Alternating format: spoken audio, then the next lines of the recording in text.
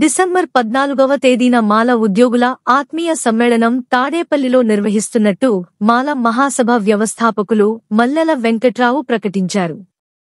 ఆయన స్థానిక విలేకరులతో మాట్లాడుతూ ఈ సమావేశం డాక్టర్ అంబేద్కర్ వెల్ఫేర్ భవనం, బ్రహ్మానందపురం, అంబేద్కర్ మార్క్ వద్ద ఉదయం 10 గంటలకు ప్రారంభమవుతుందన్నారు. ఈ సమావేశమునకు పార్టీలకు అతీతంగా అన్ని పార్టీలు ఎమ్మెల్యేలు, ఎమ్మెల్సీలు, ఉద్యోగులు, విద్యార్థులు పాల్గొంటారన్నారు. అదేవిధంగా డిసెంబర్ 8వ తేదీన విశాఖపట్నంలోని గురజాడ కళాక్షేత్రంలో ఉత్తరాంధ్ర జిల్లాల మాలల గర్జన పెద్ద ఎత్తున నిర్వహిస్తున్నట్టు చెప్పారు. ఈ సమావేశాలకు సంబంధించిన ఆహ్వాన పత్రాలను పాయకరావుపేట అంబేద్కర్ విగ్రహం వద్ద స్థానిక మాల నాయకులతో కలిపి విడుదల చేశారు. అంతకుముందు అంబేద్కర్ విగ్రహానికి పూలమాల వేసి నివాళులు అర్పించారు.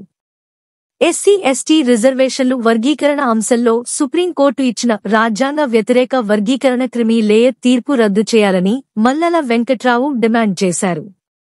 మాలలకు వ్యతిరేకంగా ఇచ్చిన సుప్రీంకోర్టు తీర్పు రద్దయ్యే వరకు తమ పోరాటం కొనసాగుతుందని వెంకట్రావు అన్నారు.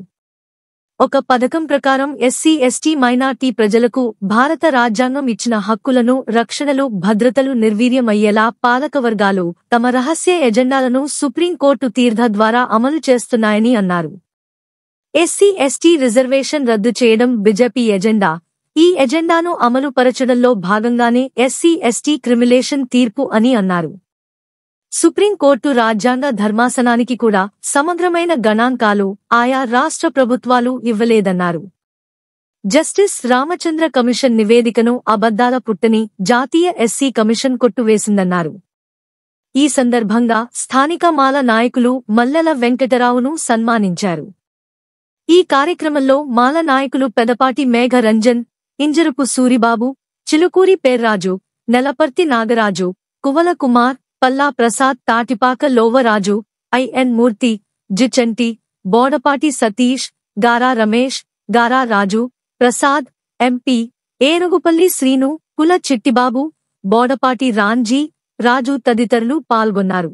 సుప్రీంకోర్టు ఇచ్చిన వర్గీకరణ తీర్పును వ్యతిరేకిస్తూ భారతదేశ వ్యాప్తంగా జరుగుతున్న ఉద్యమాల్లో భాగంగా ఇక్కడ ఈ రాష్ట్ర ప్రభుత్వం కూడా రాజీవ్ రంజన్ మిశ్రా కమిషన్ వేసి వర్గీకరణ చేయాలనే ప్రయత్నాలు చేస్తా ఉన్న నేపథ్యంలో దాన్ని రద్దుపరిచేంత వరకు అడ్డుకునే దానికోసమై శ్రీకాకుళం నుండి అన్ని మా ఉభయ రాష్ట్రాల్లో మేము నిజంగా ఎందుకు వర్గీకరణ వ్యతిరేకిస్తున్నామనే దాని మీద ఆ వాస్తవాలని మీడియా ద్వారా మిగతా సమాజానికి కూడా చేరవేసేందుకోసం ఈ సమావేశం ఉద్దేశించబడింది.